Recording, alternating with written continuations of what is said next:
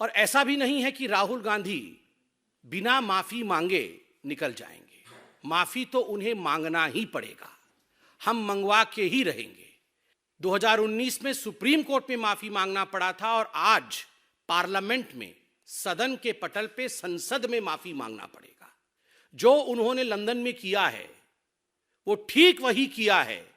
शहजादा नवाब बनना चाहता है और शहजादे ने ईस्ट इंडिया कंपनी की मदद मांगी है नवाब बनने के लिए कि तुम मुझे नवाब बनाओ, मैं तुम्हें 24 परगना भेंट करूंगा, मैं तुम्हें हिंदुस्तान का एक टुकड़ा भेंट करूंगा। आज जो विषय को लेकर हमने आपके सामने ये प्रेस कॉन्फ्रेंस रखा है, स्वाभाविक रूप से आपको लगेगा मानो भारतीय जनता पार्टी हर दिन राहुल गांधी को माफी मांगने क्यों बोल रही है। विषय गंभीर है। अगर विदेश की भूमि में जाकर राहुल गांधी बार बार विदेशी ताकतों से यह निवेदन करेंगे कि आप हिंदुस्तान आइए और हिंदुस्तान की डेमोक्रेसी की रक्षा के लिए आप हिंदुस्तान के इंटरनल मैटर्स में प्रवेश करिए, उसमें घुसपैठ करिए। अगर यूके से और यूएस से राहुल गांधी लंदन में बैठकर इस प्रकार का डिमांड करेंगे तो स्वाभाविक रूप से देश इसे एक बहुत ही सहज भाव से ग्रहण नहीं करेगा।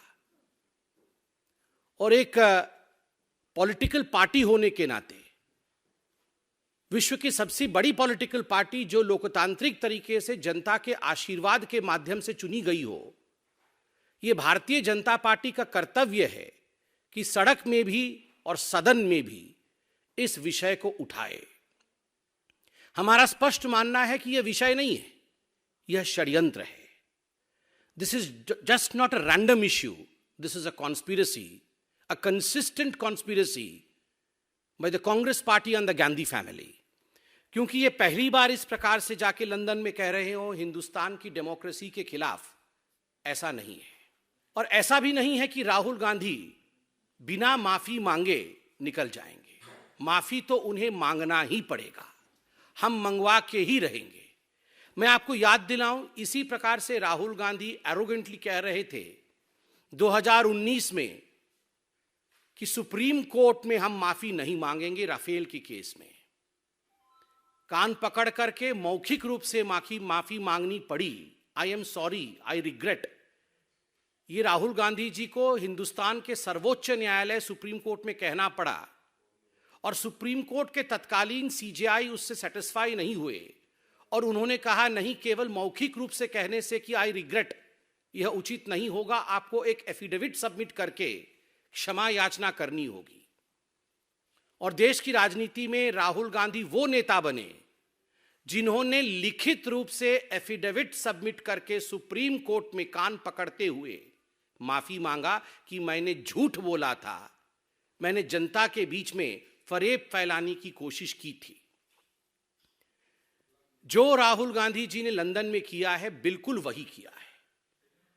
2019 में सुप्रीम कोर्ट में माफी मांगना पड़ा था और आज पार्लियामेंट में, सदन के पटल पे, संसद में माफी मांगना पड़ेगा। आप सोच सकते हैं यह विषय कितना गंभीर है। लंदन में जाना और लंदन में कहना, विश्व के एक बहुत बड़े भूखंड में जहां पहले डेमोक्रेसी होती थी, all of a sudden this democracy has ceased to exist.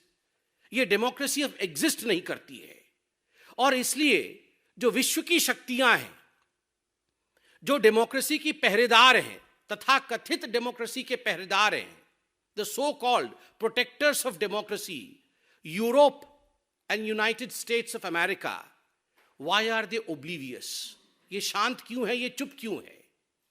Why don't they protect the democracy in India? मतलब this is an open invitation, ये एक खुला निमंत्रण है कि आप आइए और भारतवर्ष के आंतरिक लोकतंत्र में आप आके घुसपैठ करिए और आप हमें नेता बनाइए। What is the difference between Manishankar Iyer and Rahul Gandhi? ये मणिशंकर अय्यर और राहुल गांधी में क्या डिफरेंस है? मणिशंकर अय्यर पाकिस्तान जाते हैं और पाकिस्तान में आह्वान करते हैं कि हमें मोदी को हटाना होगा, हमें इस सरकार को गिराना होगा, आइए पाकिस्तान और हम कांग्रेस पार्टी मिलकर काम करेंगे। सलमान खुर्शीद बतौर विदेश मंत्री चाइना में जाके चाइना में जिस प्रकार से प्रस्तुतिकरण करते हैं, चाइना की वंदना करते हैं और भारत को कम आंक के आते हैं, वो अभी हमने देखा है। और आज राहुल गांधी लंदन में जाकर न्योता देकर आते हैं विदेशी ताकतों को कि आप आकर हमें बचाइए और राहुल गांधी को आगे बढ़ाइए। This is nothing short of what Mir Jafar did. Mir Jafar ने जो किया था नवाब बनने के लिए, आप सबको पता होगा। मीर जाफर नवाब बनना चाहता था और नवाब बनने के लिए उसने ईस्ट इंडिया कंपनी की मदद ली थी। ईस्ट इंडिया कंपनी हिंदुस्तान में प्रवेश करके मीर जाफर के साथ खड़ी हुई और उसके बाद जो हुआ वो और आप और हम सब जानते हैं, अंग्रेजों का शासन। It would not be an aberration to say that Rahul Gandhi is the present day Mir Jafar of Indian polity. जो उन्होंने लंदन में किया है वो ठीक वही किया है। शहजादा नवाब बनना चाहता है और शहजादे ने ईस्ट इंडिया कंपनी की मदद मांगी है नवाब बनने के लिए कि तुम मुझे नवाब बनाओ, मैं तुम्हें 24 परगना भेंट करूंगा, मैं तुम्हें हिंदुस्तान का एक टुकड़ा भेंट करूंगा। मीर जाफर ने बंगाल में 24 परगना उसने भेंट किया था ईस्ट इंडिया कंपनी को, और उसी 24 परगना के माध्यम से ईस्ट इंडिया कंपनी और अंग्रेजी हुकूमत हिंदुस्तान में प्रवेश करती है। History repeats itself. The present day Mir Jafar of Indian polity Rahul Gandhi has to apologise. Mir Jafar को माफी मांगनी ही पड़ेगी, इसका कोई दूसरा और विकल्प नहीं है। राहुल गांधी यहां तक गिर सकते हैं कि वो लंदन की भूमि में बैठ करके भारत के इन्वेस्टिगेटिव एजेंसीज को डीप स्टेट करार दे सकते हैं कि these are the deep states just as Pakistan has ISI. ठीक उसी प्रकार इंडिया में डीप स्टेट डेमोक्रेसी के ऊपर हमला कर रहा है। राहुल गांधी जो प्रेजेंट डे मीर जाफर है वो यहां तक गिर सकते हैं कि लंदन में बैठकर वो कह सकते हैं कि जो इंडियन इंस्टीट्यूशंस है जिसका रोल डेमोक्रेसी को प्रोटेक्ट करना है, चाहे वो मीडिया हो चाहे वो जुडिशियरी हो, ये आज कॉन्स्ट्रेन्ड है, ये आज उन्मुक्त नहीं है, मुक्त नहीं है। कमिटेड जुडिशियरी क्या होती थी ये आप इंदिरा जी के जीवनी में पढ़िए। किस प्रकार से आपातकाल के पश्चात और आपातकाल के दौरान जुडिशियरी के साथ खिलवाड़ कांग्रेस पार्टी ने किया था। What is committed judiciary? इसकी पूरी चैप्टर आज अवेलेबल है। It is a matter of research. Just because the Shahzada wants to become नवाब, शहजादे को नवाब बनना है। कांग्रेस पार्टी में आज लोकतंत्र शेष नहीं है। कांग्रेस पार्टी जनता जनार्दन, हिंदुस्तान के जनता जनार्दन के आशीर्वाद से शहजादे को नवाब नहीं बना सकती है। इसलिए दूसरे देशों में जाकर शहजादे प्लीड करते हैं कि मुझे नवाब बनना है, तुम मेरी मदद करो। ये नहीं चलेगा शहजादा, ये नहीं चलेगा। आज आपको माफी मांगनी ही पड़ेगी। आपने कहा कि हमारी माइक्स ऑफ कर दी जाती है, democracy does not exist. Rahul ji आंकड़े लेके आए हैं आज आप पार्लियामेंट आए, आपके आंकड़े जो भारतीय जनता पार्टी आज बता रही है, इन आंकड़ों पे गौर फरमाएं। अटेंडेंस शीट को देखें। राहुल जी का अटेंडेंस पार्लियामेंट में 52% है, जबकि नेशनल एवरेज 79% है। और स्टेट जहां से राहुल गांधी एमपी हैं अर्थात केरल का औसत 84% है। केरल के एमपी जो हैं वो 84% पार्लियामेंट आते हैं। नेशनल एवरेज लगभग 80% है और मात्र 52% टाइम्स राहुल गांधी पार्लियामेंट आते हैं। अधिकांश समय तो विदेश में ही रहते हैं। और आप कहते हैं कि हमारे माइक ऑफ कर देते हैं। आपका अटेंडेंस ऑफ है साहब, माइक तो ऑन है। दूसरा आंकड़ा participation in debates. Democracy, debates and discussion, they are the pillars of Indian constitution. अगर डेमोक्रेसी में डिबेट नहीं होगा, डिस्कशन नहीं होगा, तो डेमोक्रेसी का कोई मतलब नहीं है, कोई मायने नहीं है। डेमोक्रेसी की आत्मा डिबेट होती है। और राहुल गांधी ने मात्र 6 डिबेट्स में पार्टिसिपेट किया है अब तक इस सेशन में मतलब 2019 से। नेशनल एवरेज 41 का है और स्टेट एवरेज 68.2, केरल से जहां से वो एमपी है वायनाड, उस स्टेट का एवरेज 68.2% है।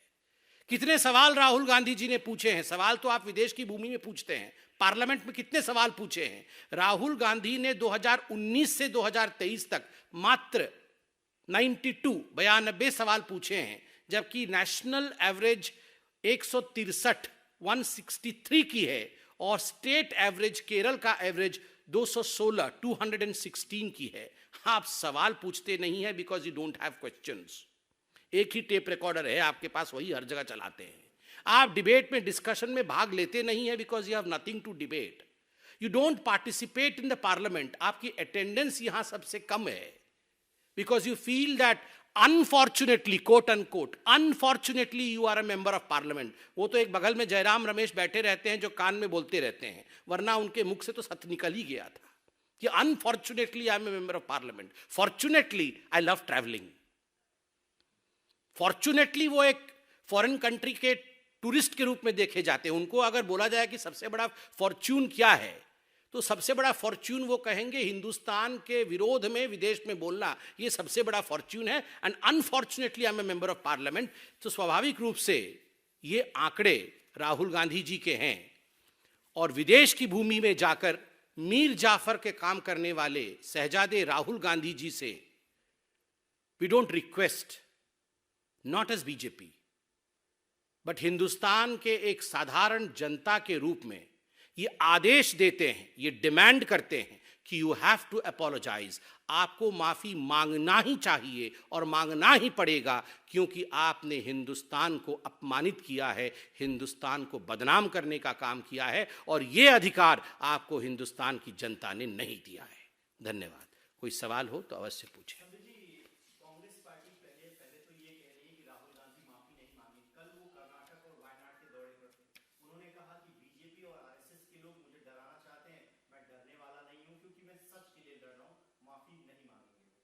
ये स्वाभाविक रूप से उनको लगता है कि ये नॉर्मल है। हिंदुस्तान के विरोध में विदेश की भूमि में बोलना, जो व्यक्ति जाके हिंदुस्तान के विरोध में पहले कश्मीर के खिलाफ बोल चुका हो विदेश की भूमि में और देश की भूमि में, और याद करिए राहुल गांधी जी के कश्मीर के स्टेटमेंट को पाकिस्तान ने यूनाइटेड नेशन में डोसियर के रूप में इस्तेमाल किया था। किस प्रकार से राहुल गांधी के स्टेटमेंट को पाकिस्तान ने अपने पहले सेंटेंस में कोट किया था और यूएन में डोसियर दिया था कि देखिए जो पाकिस्तान बोल रही है सच बोल रही है भारत के लिए, क्योंकि राहुल गांधी कह रहे हैं कि वहां पर लोकतंत्र नहीं। तो उस व्यक्ति से आप क्या एक्सपेक्ट कर रहे हैं? Are you expecting that he would like to apologise? उनके लिए तो ये बहुत ही नॉर्मल फिनोमिना है विदेश में जाकर देश के खिलाफ बोलना।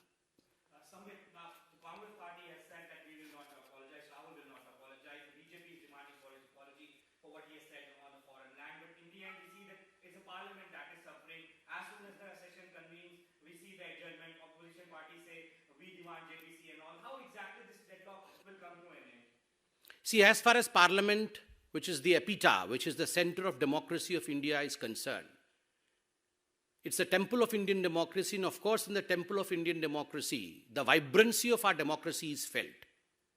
If an honorable member of Parliament of the same Parliament goes to a foreign destination and condemns the soul of Indian democracy, how do you believe Indian people and Indian Parliament should react to it? The way that they are reacting today, by demanding a just apology. This is a just demand. And no member of Parliament, however entitled that member of Parliament may feel because of the surname, is allowed to demean India's democracy in a foreign land to the extent where they have demanded that there should be foreign intervention in protecting Indian democracy. This is demeaning, and there is nothing other than apology.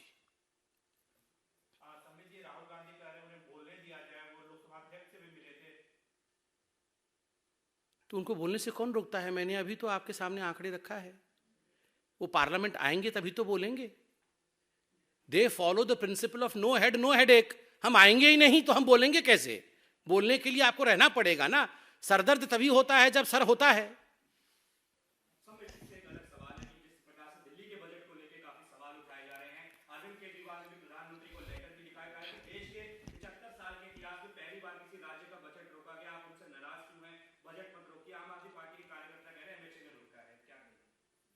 देखिए, यह भी आज एक महत्वपूर्ण विषय है। आम आदमी पार्टी उसके ड्रामा और बजट को लेकर जो अभी टीवी पर हम खींचतान देख रहे हैं, दो नौटंकी चल रहे हैं। एक नौटंकी विदेश की भूमि पर, एक नौटंकी यहाँ दिल्ली में परमानेंटली देव ओपन थिएटर्स। मैं इसमें बहुत ही संक्षिप्त रूप से जो मीडिया में आया हुआ है, जो पब्लिक डोमेन में है, उस विषय को रखना चाहता हूं, and then the decision is yours कि क्या हकीकत है और क्या होना चाहिए। देखिए, ये कानून है कि NCT, government of NCT, GNCT, जो भी बजट बनाती है वो एलजी को भेजती है उनके अप्रूवल के लिए। तो इसी माह अर्थात मार्च माह के 9 तारीख को एक अप्रूवल के लिए चिट्ठी दिल्ली सरकार द्वारा एलजी महोदय को भेजा गया कि आप इस बजट को अप्रूव करिए, ये बजट है दिल्ली सरकार का और ये सब कुछ पब्लिक डोमेन में है। 9 तारीख को उसको देखने के बाद तुरंत एलजी साहब ने उसमें 3-4 ऑब्जर्वेशंस, क्योंकि एलजी साहब का ये कानूनन अधिकार है कि वो अपने अधिकारों का प्रयोग करते हुए अपने ऑब्जर्वेशंस लिख सकते हैं। वो बाइंडिंग नहीं होता है, वो ऑब्जर्वेशंस होता है। तो लगभग 3 या 4 ऐसे ऑब्जर्वेशंस एलजी साहब ने उस पर लिखे। वो क्या ऑब्जर्वेशंस थे? वो ऑब्जर्वेशंस थे कि जो दिल्ली का कैपिटल आउटले है, कैपिटल आउटले का अर्थ क्या होता है? कैपिटल आउटले का अर्थ होता है दिल्ली के भविष्य को बनाने के लिए जो आपको इंफ्रास्ट्रक्चर चाहिए, रोड्स के लिए खर्चा करना है, पानी के लिए खर्चा करना है, बिजली के लिए खर्चा करना है, बाकी जो इंफ्रास्ट्रक्चर बनाने के लिए दिल्ली 50 साल बाद कैसी होगी, 25 साल बाद कैसी होगी, उसके लिए जो कैपिटल इंफ्रास्ट्रक्चर है वो मात्र 20% है। एक अच्छे राज्य में, एक वाइब्रेंट स्टेट में ये 50% होती है। तो क्या इसे बढ़ाया जा सकता है? क्या इस पर चिंतन करना चाहिए? इस प्रकार एलजी ने एक ऑब्जर्वेशन दिया। दूसरा ऑब्जर्वेशन एलजी ने दिया कि दिल्ली जल बोर्ड और आपके डीटीसी एक कॉरपोरेशन है और एक बोर्ड है। कॉरपोरेशन और बोर्ड का अर्थ होता है कि इनकी एक ऑटोनॉमी होती है और उसके साथ साथ ये आय कर सकते हैं, ये इनकम करते हैं और उसी इनकम में से व्यय करते हैं अर्थात खर्च करते हैं। ये किसी और पे डिपेंडेंट नहीं होते।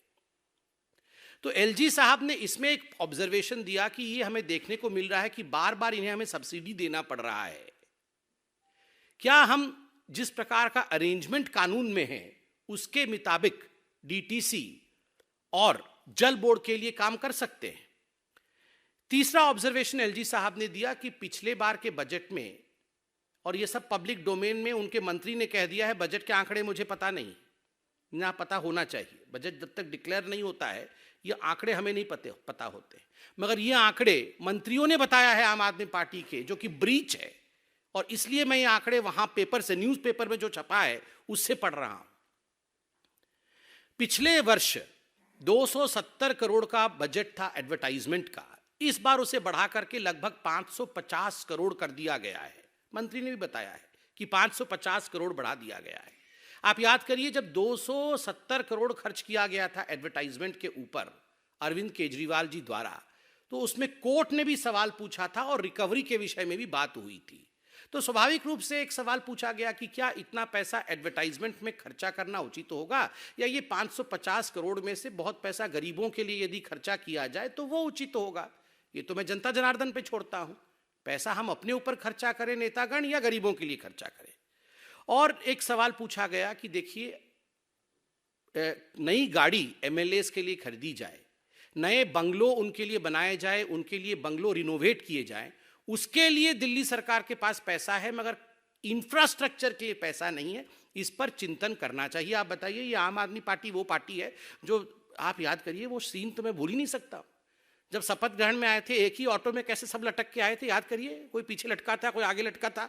बोल रहे थे हम कोई गाड़ी नहीं लेंगे, हम गाड़ी खरीदेंगे ही नहीं, हम जीवन भर ऑटो में चलेंगे। याद है ना सब आपको? और अभी सब अपने लिए गाड़ी खरीद लिए हैं, सब बंगलो इनका रिनोवेट चल रहा है, वो ऑटो पता नहीं कहीं नहीं दिख रही है अब, जिसमें सब लटक के, एक ही ऑटो में सब 4-5 लटके हुए थे कि हम सब, हमारे पास तो लैपटॉप भी नहीं है, हमारे पास तो गाड़ी भी नहीं है, हम सब उधारी से चल रहे हैं।